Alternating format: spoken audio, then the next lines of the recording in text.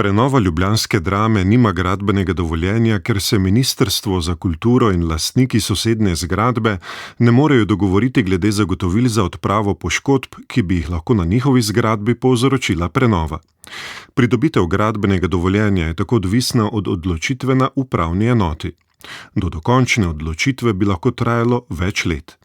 Ravnateljica ljubljanske Drame Ivana Džilas vidi razlog za zastoj v širšem nezaupanju. Mislim, da je razlog naše, in to mislim na državljane Slovenije, eno veliko nezaupanje v pravno državo.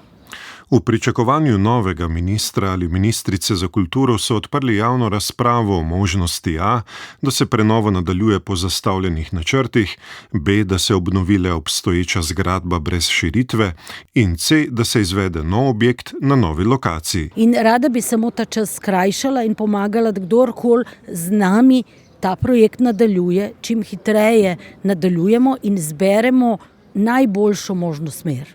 Priporočajo nadaljevanje obstoječega projekta, saj je ta po njihovih izračunih še vedno najhitreje izvedljiv in sicer do leta 2030.